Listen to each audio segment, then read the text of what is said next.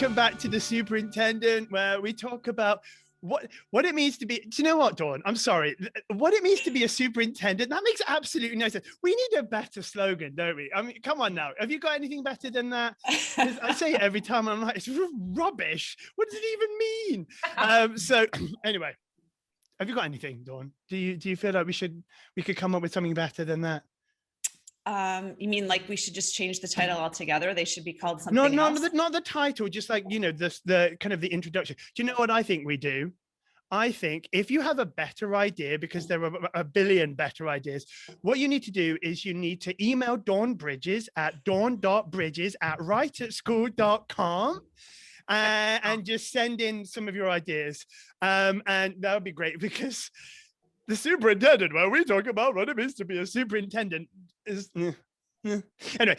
So we are very excited because today we have a buy one get one free. We have 2 superintendents today, and because we've never been able to do this before, because we've only had one guest, we are going to have them introduce each other, and we gave them about 2 seconds warning about this, so it could be a horrible mess, but we're going to see what happens.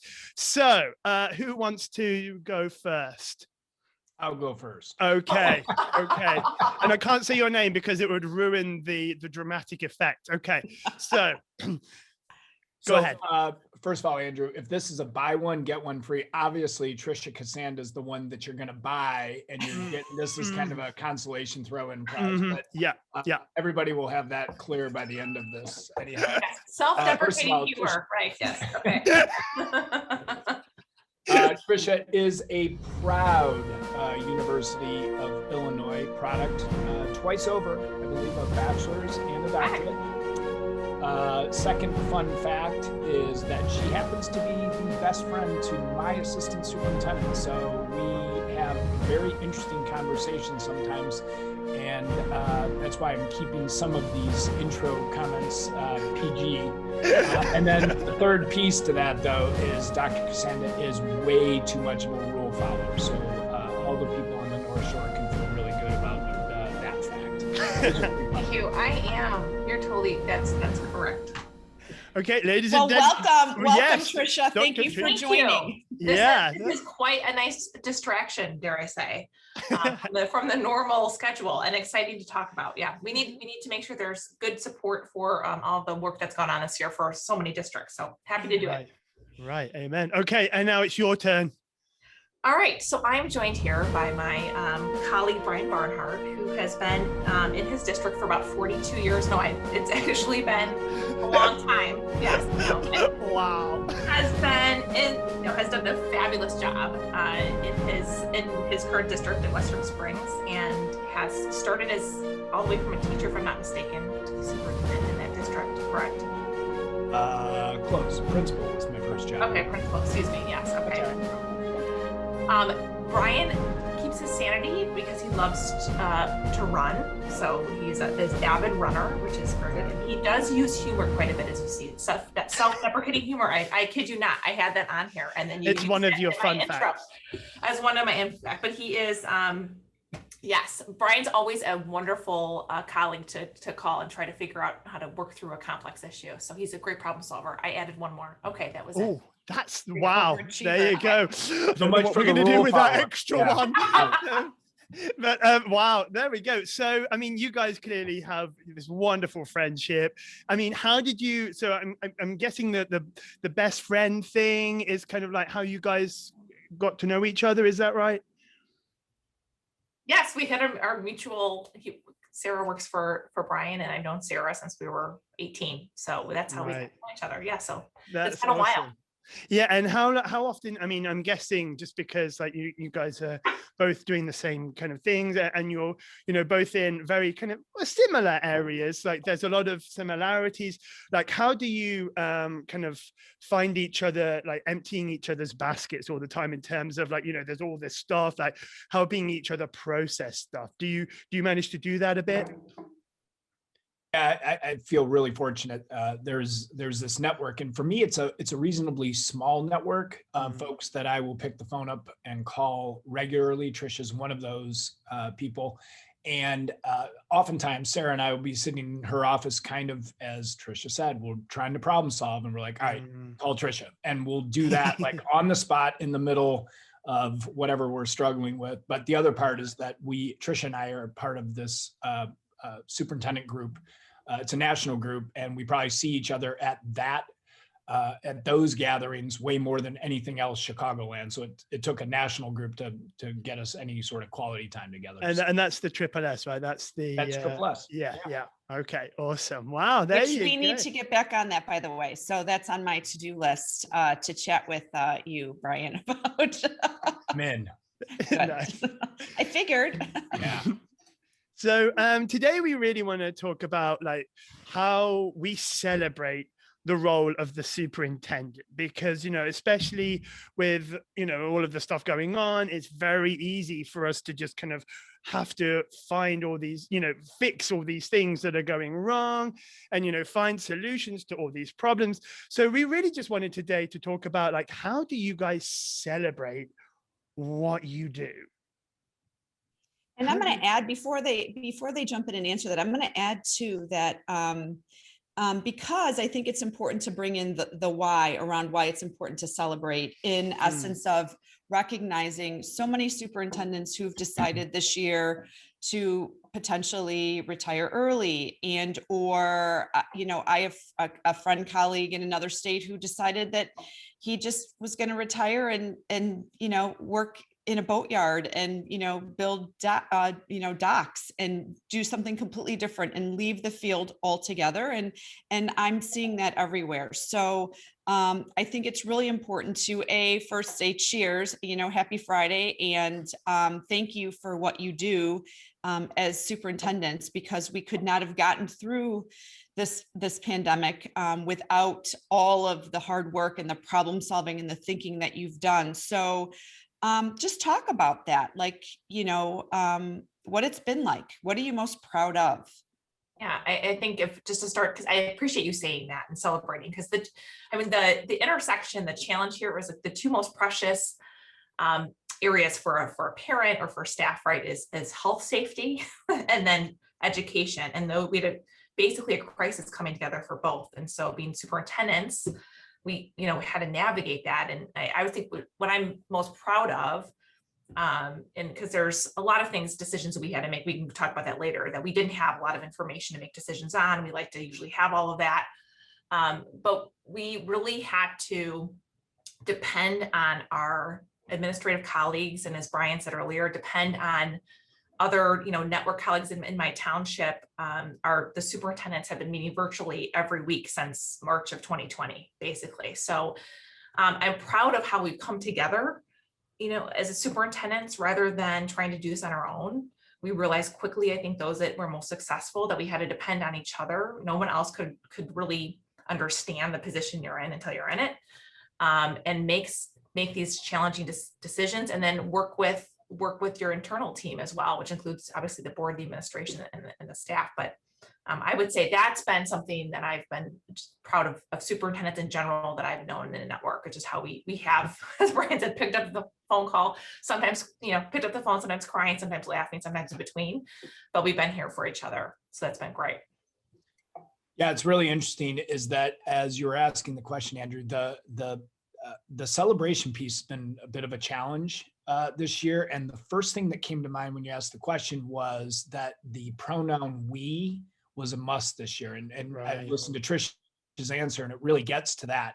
So the we of the internal D101 folks, and that's our administrative team, our board at a big level, and our staff just stepping up with really big challenges, and our school community, like all those internal pieces, the we of picking up the phone and knowing you have colleagues and friends in the business who kind of know what you're going through and can empathize with the struggles and still help you get to you know, a decent answer. I think the other celebration piece is this, like, you know, the superintendents I know, those who I call friends, like they're such values driven people, and to keep your values through this year has it's been a challenge, and so many of our colleagues have done that, and that's celebration worthy, from a leadership standpoint. Health, safety, like Trisha said, for sure. And we're just really proud. We've been in school every single day this year. Certainly not as much through the first 3 quarters of the year as we wanted to, but those small victories are huge this year. Right. I've heard the phrase like lead large, and I think more than ever that's been so critical and important. And I think, as you were both growing up and deciding what you wanted to be when you grew up, I'm sure airline pilot never came to mind, because that's something that, you fly without being able to see, right? And so I think, educators kind of really want to have control in some regard of but I think this year these last 14 months have been a true testament to kind of needing to be that airline pilot that is just kind of, leading large, but yet not really necessarily knowing and being able to see where it is that you need to navigate. I love the analogy. Right. Yes. Right. And being vulnerable with that, right? And being honest, we really said, progress over perfection. Like, we can't guarantee this is going to all go as planned, and being very upfront about that, because you're right, you can't see, and which is hard. And it's hard for educators. We're educators. It's hard for our parent community and staff. So that was a great way to summarize that. Yeah, I would love like 3 redos. Like if I could. Yes. So here's a question, and feel free to be like, no, ignore this question. But what would you do differently from this last year? What would you do that would be something that you're like, hey, we really learned from this experience. We really learned through doing it this way, not to do it again, or to do it very differently. What are some of the things that you were like, yeah, we need to, think about it? I'll start. There's one that's really clear for me. So I think Trisha emphasized it very well. Like leadership this year required leadership. Every year requires leadership and management, but leadership over everything this year. I absolutely led in a different way this year. There was a lot more Brian decision making, and part of that was to try to shield everybody else, because every time you had to make a big decision, it was 55-45 or 45-55, right? Mm-hmm. It was rarely 90-10. Yeah. So a recognition that the leadership approach this year, that singular approach, occasionally the I pronoun instead of the we, it's not sustainable, and it's a lousy way to go. So next year and beyond, back to kind of old approaches of collaboration, that kind of thing. So something I would do differently, I'm with Brian. Like, there is at least a list of 10, 20, 30 long, but hindsight was always 20/20. I think in the beginning, we were so focused obviously on the health mitigation factors and making sure those all worked. I think there were some opportunities that we missed on bringing parents and kids more into the fold. Like we in November realized that some of our students hadn't even, there's their first year at our middle school, for instance, and really only had one hallway experience and one classroom experience, that it was very hard for them to comprehend kind of the community they were in and make them feel really acclimated to their environment. So I know that's a small one, but it's actually proven to be really important now in the spring as we look for next year. We interviewed both the kindergartner and a 7th grader, and they both said the same thing. We didn't know like what our school was like, and we wanted to know more about that. So that was just something that I'm working on right now that came to mind, that we became so focused on obviously the health pieces. We forgot some of the very practical pieces that help kids and families feel good about being in school. Yeah, that's so true. So what are you what are your hopes for the future, kind of taking what are you most optimistic about going forward, especially after the summer? What are you excited about there? Yeah. Can we start on this one, Brian? Sure. Yeah, I actually, it's sort of a tongue in cheek, but don't let a good crisis go to waste. But we have learned so much. I really do take offense with the idea of this recovery or this lost year. If anything, it has really freed us up to reevaluate what's most important and understand that the agility of our organization is far greater than we ever thought it could be. So I think what I'm most hopeful about is that we come together. Like any sort of trauma or crisis, you can come out of it together more cohesively and take the time, which is what we're really trying to do now, and reflect as a community from parents and students and staff to understand what is it that we want to carry with us, because not all of this is bad, right? And so I think I'm really optimistic that we can build upon that, and that we can have I think next year is going to be a really good year, and we're going to heal and come away with a lot of good outcomes. Yeah, I think Trisha nailed it, and maybe a subset of that is the box we've known as school. Like that box has been blown up, and I really think if we're wise with our timing and our opportunity, we can do some really great things over the next couple of decades with this because of this year. Right. The other thing is I also think there might be a new, and this is more 6 months down the way, a year down the way, looking in the rearview mirror, there might be a little bit more appreciation for schools. Right. I think Right. Oh my gosh. from a variety of, I actually really like being in school, and the challenge of trying to teach your own kids and like all those things and the social pieces that really matter. I think there's a new appreciation potentially, especially if we do what Trisha said. I think there'll be an even greater appreciation. Okay. Well, Brian, you're right. Like even 13-year-olds are like, we miss school. Yeah, They wanted to be here, so we need to harness that. Yeah.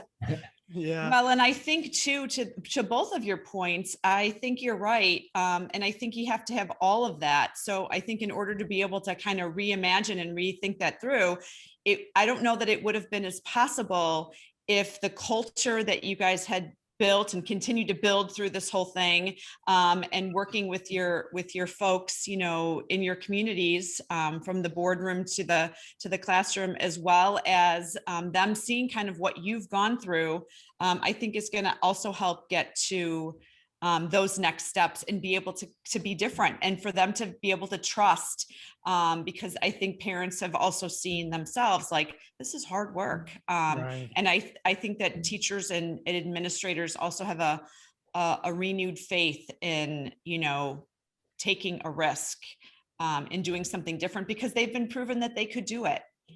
Yeah. It's really well put, Don. That is. And they've helped each other so much, which has been so great to see the outcome of that. What I've noticed throughout this time is also how schools, like, the ones that you can see the community at, even like, with kids working from home, like doing their school at home, even with that, one of the great things about, this has proven that the school is way more about the community than the building. The building is, that centralized thing, where the kids go, but actually what really matters, and yes, we need kids to be able to know where they're going for lunch. Yeah, but, right. The idea that, schools are actually more about like, the little pockets of communities that are being made and the friendships and the relationships that are being made. And then how do you transfer that from the school day to, from a school building into virtual? And so that's kind of something that's emerged for me, and I don't know if that's true, if that's a load of rubbish. Is that like something that you've noticed? I think it's it's another kind of high level observation that I think our school community would be like, sign me up for sure. Yeah. Right. And I actually ran into a third grade teacher this last week, and she said the best thing has been these students are talking about how close they're going to be in each other's weddings because they've spent so much time together, and they're right. third grade and talking about how they've worked through such a challenging year together. So exactly to your point, I mean, they've connected so much more than they would have in a typical year. Right. And with that, not only, the pieces that you spoke of, but I also think around, the politics. Unfortunately, politics really seem to seep in a lot of this in this pandemic. And so again, I go back to kind of our theme around celebrating the superintendency and any advice around navigating the politics of it, and or what got you across that? I don't know, the specifics of really either district in regards to school board elections or anything, but I know across, not only the state of Illinois, but also across the country, there was a lot of contentious things, going on through this. And when I think about community being so positive, like, the sense of community being amazing and having the school be the center of that. And yet politically, it was a challenge. I'm going to go back to that sort of that centrist approach around your own values and your values as a leader. Like that really, really mattered in the whole political piece, Don, at such a high level. And I will say I'm really proud of my board. They performed in that same way. And board elections had 2 incumbents up, both were reelected. I thought that was a good sort of statement by the community overall. And again, I'd love to have some redos, but overall, it's kind of an endorsement of kind of staying on what we thought was best, no matter what that political noise was. And I'm going to laugh at this because I don't know if I'd do it again, but I did it and it made a statement. My very opening video, as I introduced our 31-page reintroduction handbook in August with our DLT and then with the parent community, I opened with, if you only watch CNN, you're going to hate this handbook. And if you only watch Fox News, you're going to hate this handbook. Right. We're gonna be driven by not those things. Like that was the opening comment. Again, not always smart. Let's be clear. Yes. But it got everybody's attention. Wow, it's so true. I mean, but the other thing here as well is the fact that you're having to take data that you're being given, or you're having to find yourself and then make super quick decisions that affect lots and lots of people. And and that's what you guys have been doing. And and so how have you been able to kind of keep positive in all of that? How have you been able to kind of take all these decisions that you've had to make? And like some of them obviously have been like really popular, some of them have been horribly unpopular. So how have you managed to kind of keep that positivity going? Well, I don't know if we've always been able to do that, first of all. So first of all, it hasn't always been really exciting and positive. And I know if I could ever never have to talk about travel quarantine or contact tracing again, it'll be a wonderful day. Right. But, I go back to, I just read this recently too, and talked to my leadership team about it, but we are the weather, right, for our community. So our teachers are the weather for the kids. And so through it all, even when it's the most challenging, and that's why you need a good network of superintendents or family or friends to help you through it. But in the end, you've got to model, right, resiliency and leadership and be able to work through that. So it hasn't been easy. And to Brian's point, there are certainly times when, I can think of them in my mind where I should have been a better weather person, like I showed my true colors too much is what I was feeling. But in the end, you really want to model that positivity. Right. Yeah, I think Trish is all over it. Like the modeling piece, never more important. The superintendents who are just sort of optimists and positive at their core, it really was important this year. And then my final answer is beer. Excellent. Absolutely. And wine, Brian. And tequila as well, Dawn. Don't worry, tequila's on that let's list. be really clear. Tequila not on the list. Depends on who you That's are. for my whole school community. It's a mindless network or Netflix watching, right? Oh yeah, no doubt. Wow. Okay. And on a really serious note, like there was one really challenging period for us. It was October, right? That's when there was a lot of opposition opinions all over the place. And you know what? One day, all of a sudden, I got like 6 phone calls from friends and my 2 sons who were away at college, and my wife facilitated that. And I came home one night, and there was like 29 Post-it notes on the doorway. Like the home piece mattered a ton. It was like you're looking forward to coming to home and to have some of that. Like it it mattered like never before. Right. Did you cry when you haven't saw cried. this post? No crying yet. No emotion. No. I'm a superintendent. There is not emotion. All right. I'll learn that. So we're going to end with a quick question on what message would you give to people who are contemplating being a district leader? What would you say? What would you, especially over this time, what's the message of hope that you would give them? I would say we need you, first of all. Like, please come in. We need you. This is an incredible time just to draw on what we talked about before, where there's going to be some change, right? And we're going to be able to reevaluate the status quo. And going back to the why is so apparent now, why we need to be in, I don't know if you recall before the pandemic, there's a lot of talk about, our computers going to replace teachers, our, artificial intelligence, but all of that plays a part in education, but we know the human element is so important, and we need strong leaders who are value driven and can help us lead, I think, through this next incredible iteration and revolution in education. And so I would say now is the time. Like, hopefully there's not going to be another pandemic for at least 100 years. So we did that. And now right on the tails of that, I hope. I know, maybe too optimistic. Yeah, maybe another 5, just like in a row. Come on, let's get some variants out there. Let's, now I'm going to cry. And yes. Now let's push me over. I'm done. I'm going to go join the boat docks. Yes. No, not allowed. I'm in on the boat docks. That was the best thing I've heard. Yeah, no, Trish is absolutely right. Like never before, we need folks who know what they're about. They're about kids and at their core, it's trite, but people who can keep that at the center of decision making, problem solving, that sort of thing. We need those people. Like, we always need them, but like never more than right now. And